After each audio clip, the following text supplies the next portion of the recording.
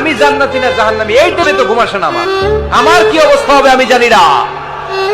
আমি আরেকজনের দোষ খুঁজি, আমি আরেকজনের বদনাম বলি, আমি আরেকজনের পিছু লেগে থাকি। খবরদার, বিশ্বাসী বলে যারা দাবি করে তারা কখনো অন্যের পিছু লাগতে পারে। খেয়াল রাখবেন, কেউ যদি পিছু লেগে থাকে ও আজীবন পিছেই থাকবে। পিছু লাগা মানে কি? ও সামনে না আমি সামনে? কথা বোঝে নাই বোধহয়। কেউ যদি আমার পিছু লাগে, ও সামনে না আমি সামনে? আমি সামনেই থাকবো, ও পিছনেই থাকবে। কথা বুঝতে পেরেছেন? খবরদার, পিছু লাগবো না কারো। কারো পিছু লাগলে আমি পিছনে পড়ে যাবো। কারো দোষ খুঁজবো না, নিজের দোষ খুঁজবো। আমার কি সমস্যা, আমার কি ইমপ্রুভ করা দরকার, আমার কি ডেভেলপ করা দরকার, আমি নিজেকে কিভাবে সাজাতে পারি, এই নিয়ে থাকবে আমার টেনশন।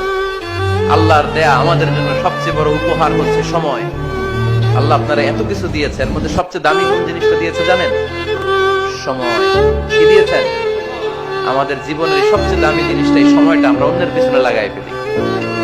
অন্যের দোষ খুঁজতে খুঁজতে অন্যের এই সময়টা দিয়ে দিই, নিজের সময় নিজের কাজে লাগাতে পারি না, তাই না? এজন্য আমরা যেন অন্যের দোষ না খুঁজি, নিজের দোষ খুঁজি। ওয়ালা তালমিজু আনফুসাকুম, একে অপরের দোষ খুঁজো না। আদেশটা কার? আওয়াজ করে বলতে হবে, আদেশটা কার?